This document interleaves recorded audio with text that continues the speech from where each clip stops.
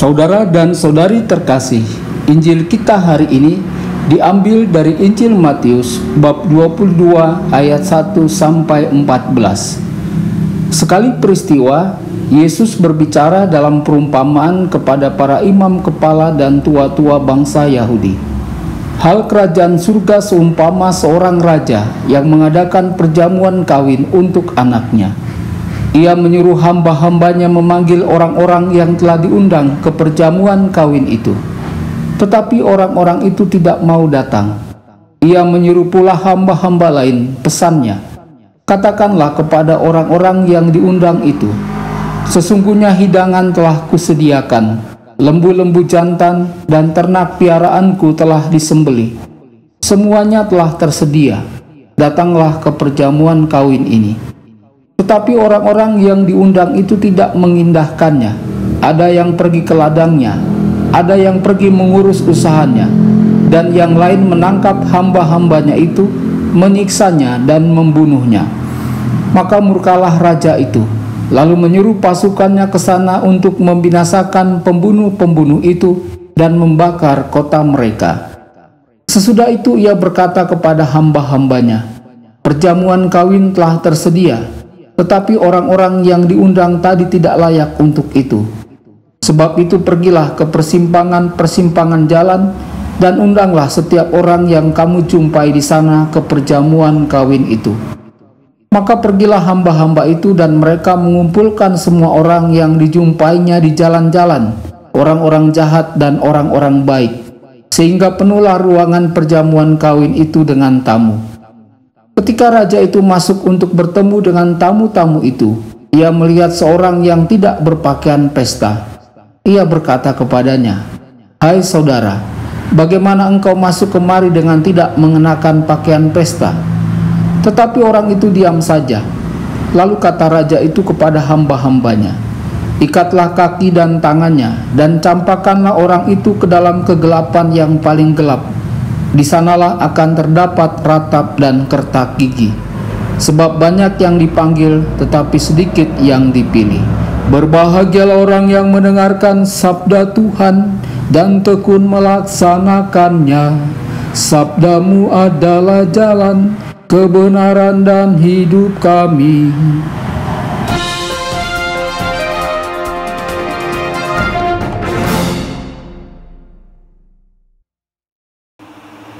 Saudara dan saudari terkasih dimanapun Anda berada, jumpa lagi dengan saya Romo Tedens dalam saluran Warta Kabar Sukacita. Semoga Anda semua tetap dalam keadaan sehat dan selalu berbahagia. Saudara dan saudari, Injil kita di minggu biasa yang ke-28 ini diambil dari Injil Matius bab 22 ayat 1 sampai 14. Injil hari ini menyajikan perumpamaan perjamuan perkawinan. Dalam komunitas Matius, masalah hidup bersama antara orang-orang Yahudi yang bertobat dan orang-orang kafir yang bertobat tetap berlanjut.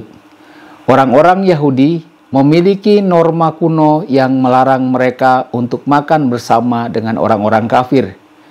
Bahkan, meskipun mereka telah masuk dalam komunitas Kristen, banyak orang Yahudi yang masih berpegang pada kebiasaan kuno, yang tidak akan duduk semeja makan dengan orang kafir.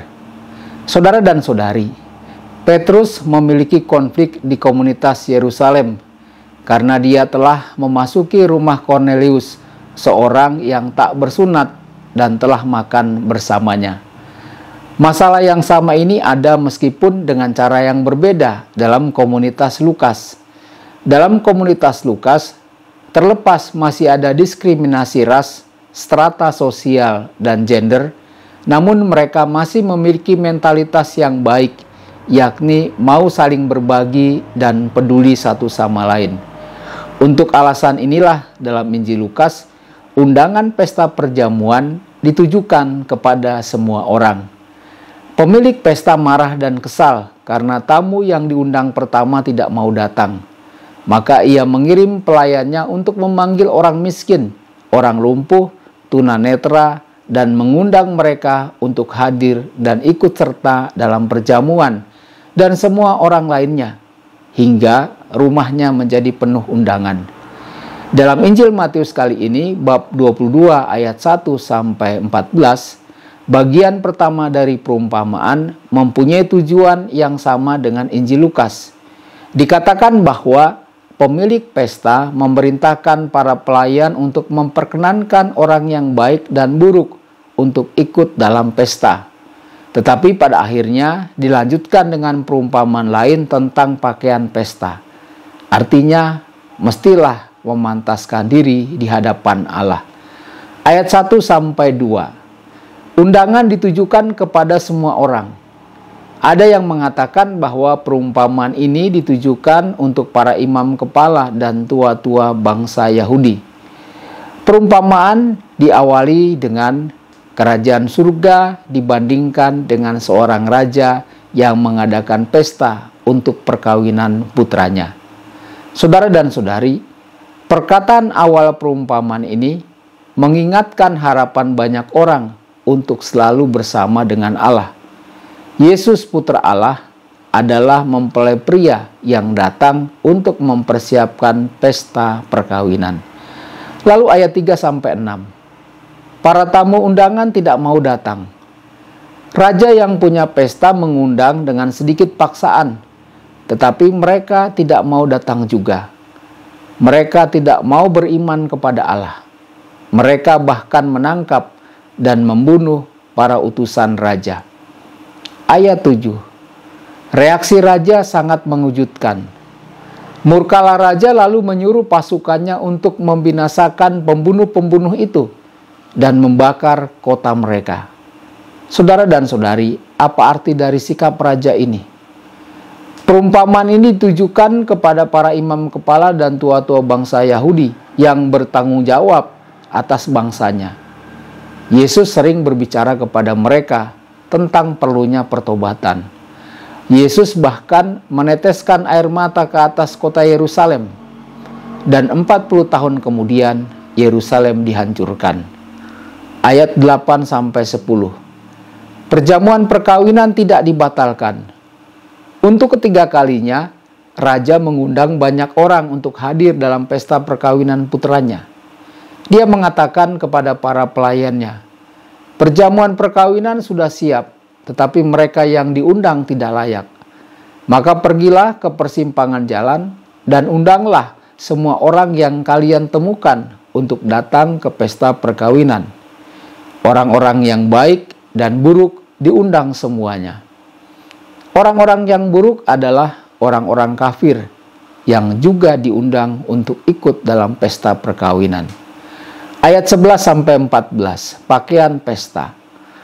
Ayat ini menyampaikan bahwa raja masuk ke ruang pesta dan melihat seseorang yang tidak mengenakan pakaian pesta perkawinan. Raja kemudian bertanya, "Bagaimana kamu bisa masuk ke sini tanpa pakaian pesta?" Orang tersebut hanya diam saja. Saudara dan saudari, kisah ini mengatakan orang tersebut terikat tangan dan kakinya dan dilemparkan ke dalam kegelapan. Kemudian kisah diakhiri dengan kesimpulan, banyak yang diundang atau dipanggil, tetapi sedikit yang dipilih. Refleksi pribadi bagi kita melalui firman Allah pada minggu biasa ke-28 ini, apakah kita memperkenankan setiap orang untuk ikut serta dalam kehidupan menggereja? Tuhan memberkati Anda semua. Sabda Allah adalah kebenaran. Sabda Allah adalah kehidupan. Mari kita mencintainya, mari kita menghayatinya. Ya Tuhan yang ku muliakan, sabda